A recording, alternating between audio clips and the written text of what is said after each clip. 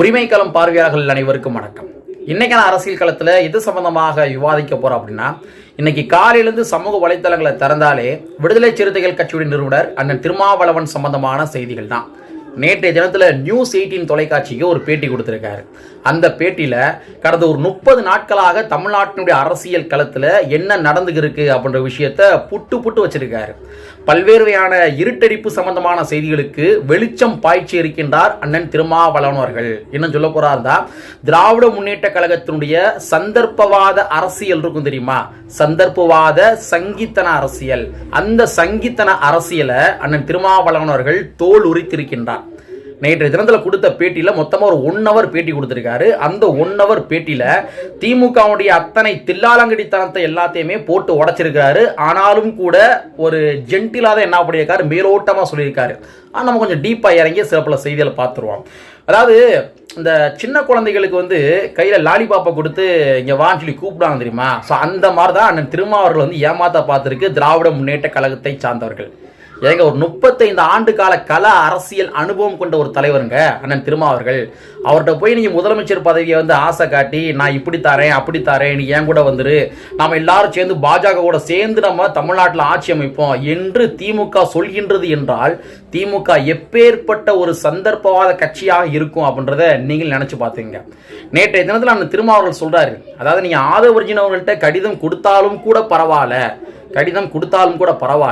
நீங்க பிரஸ் சந்திக்காதீங்க, நீங்க தான் முதலமைச்சர் அப்படின்ற மாதிரி நாங்க டிக்ளேர் பண்ணிட்டோம் அப்படின்ற மாதிரி திமுக தரப்பு இல்லாட்டி அதிமுக தரப்பு, இந்த 2 தரப்புல யாரோ ஒருத்தர் அண்ணன் திருமாவர்கள்ட்ட பேசி இருக்கின்றார்கள். இப்ப நான் என்ன கேட்கிறேன் அப்படின்னா, 2 தரப்புல ஏதோ ஒரு தரப்பு பேசியிருக்காங்க அப்படின்னா, இப்ப 2 தரப்புமே ஒன்னா சேர்ந்து அந்த முடிவை எடுத்திருக்கிறாங்களே.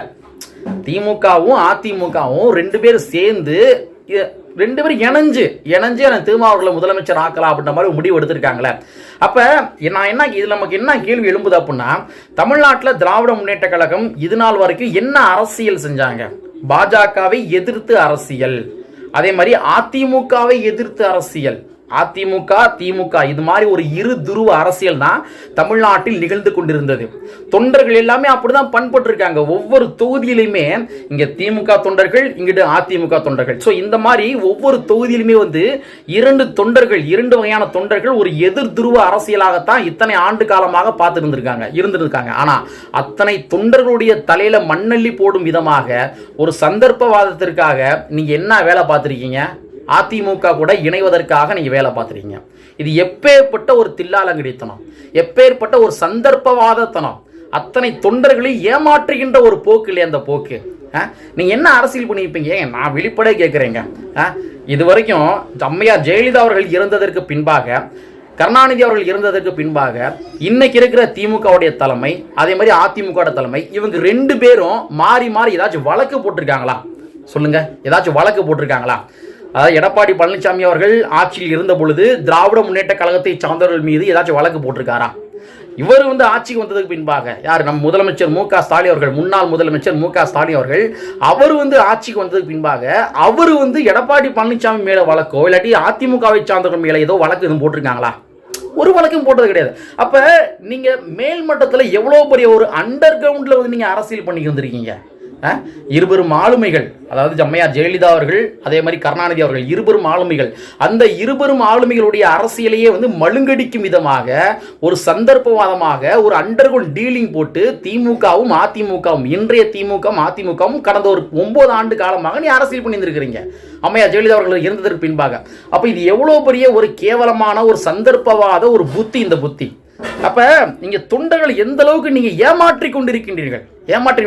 அப்ப அதையெல்லாம் ஒருபடி மேல போய் அதிமுக பிஜேபி கூட கூட்டணி இருக்கிறாங்க அப்படின்னா, அப்ப அந்த பிஜேபி கூட கூட்டணி இருக்கிற அதிமுகவே நீங்க கூட்டணிக்கு பேச்சுவார்த்தைக்கு அழைச்சு வாங்க, அதிமுக நீங்க, நான் திமுக, இங்கிட்டு பாமகவையும் சேர்த்துக்கிருவோம், பாஜகவையும் சேர்த்துக்கிருவோம், எல்லாம் சேர்ந்து விஜய் அவர்களுக்கு எதிராக நாம் ஒரு ஆட்சி அமைப்போம். அதுல தக்காளி தொக்கு மாதிரி நீங்க அண்ணன் திருமாவர்களை சேர்த்து வச்சுக்கிட்டு நீங்க அரசியல் பண்ணுவதற்காக எவ்வளவு வேலை பார்த்துறீங்க அப்படின்னா, இந்த தில்லாலங்கடித்தனத்தில் அண்ணன் திருமாவர்கள் சிக்குவாரா?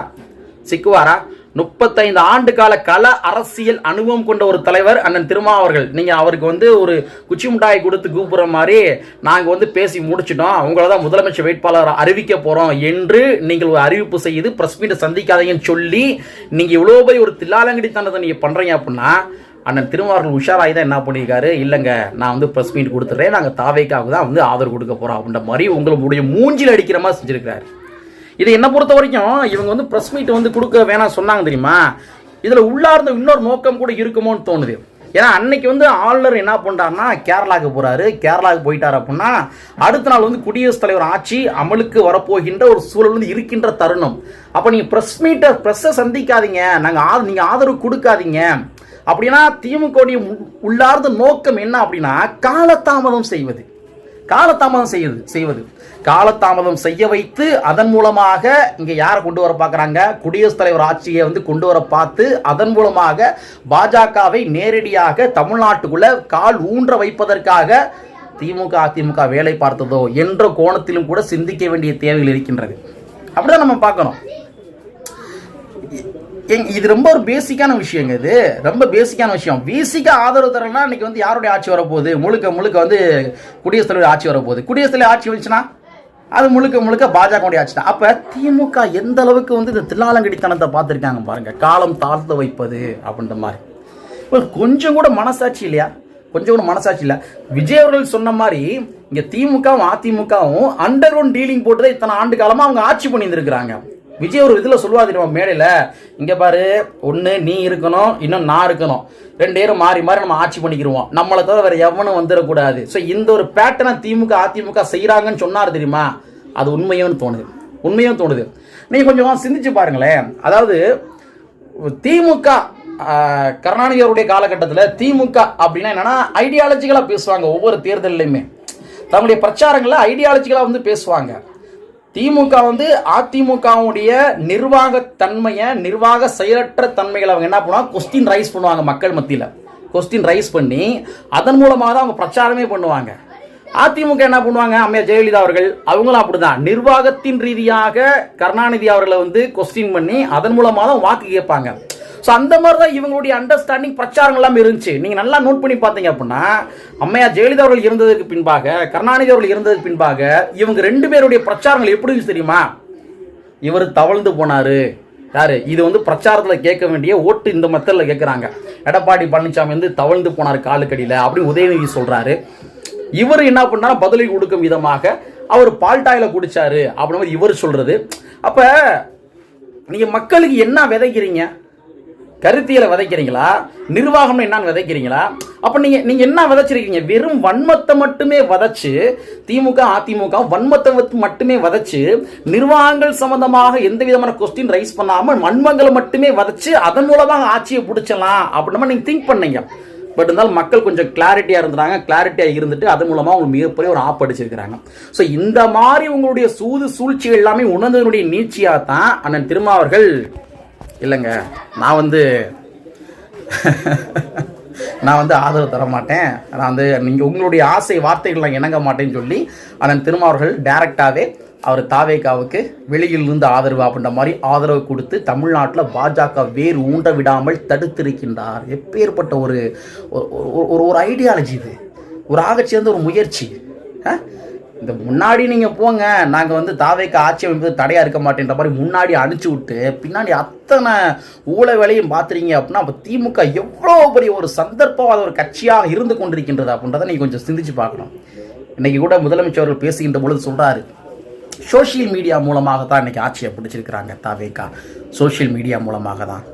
உண்மைதான், சோஷியல் மீடியா மூலமாக தான் அவங்க ஆட்சியை பிடிச்சிருக்காங்க.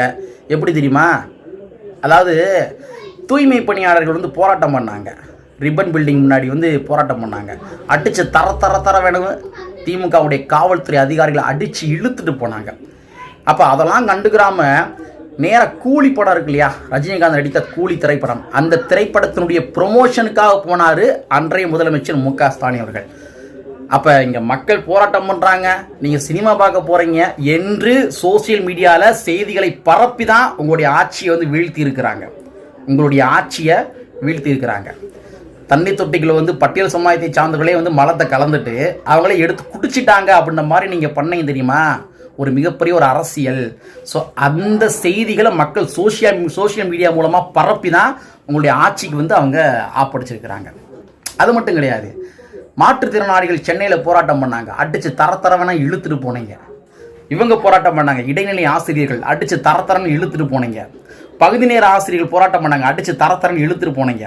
கல்லூரி கௌரவ விரிவுரையாளர்கள் போராட்டம் பண்ணாங்க, அடித்து தரத்தரன்னு இழுத்துட்டு போனீங்க. இது போன்று எத்தனையோ போராட்டங்கள் போராடிய அந்த போராளிகள் மீது காவல்துறை ஏவி விட்டு அடித்து தரத்தரன் இழுத்துட்டு போனீங்க தெரியுமா?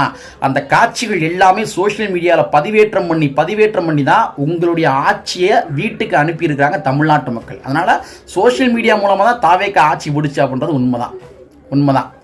நீங்கள் என்ன நினச்சிக்கிட்டீங்கன்னா, சோஷியல் மீடியா அப்படின்னா என்ன நினச்சிட்டீங்க அப்படின்னா, நாமளே வந்து ஒரு ஆடிஷன் நடத்தி பெண்களை வர வச்சு ஆடிஷன் நடத்தி அதன் மூலமாக வந்து நான் உங்களை அப்பாவென்று அழைக்கலாமா அப்படின்ற மாதிரி அப்படி கட்சிப்பை காட்டுறது எல்லாம் செட்டப்பு.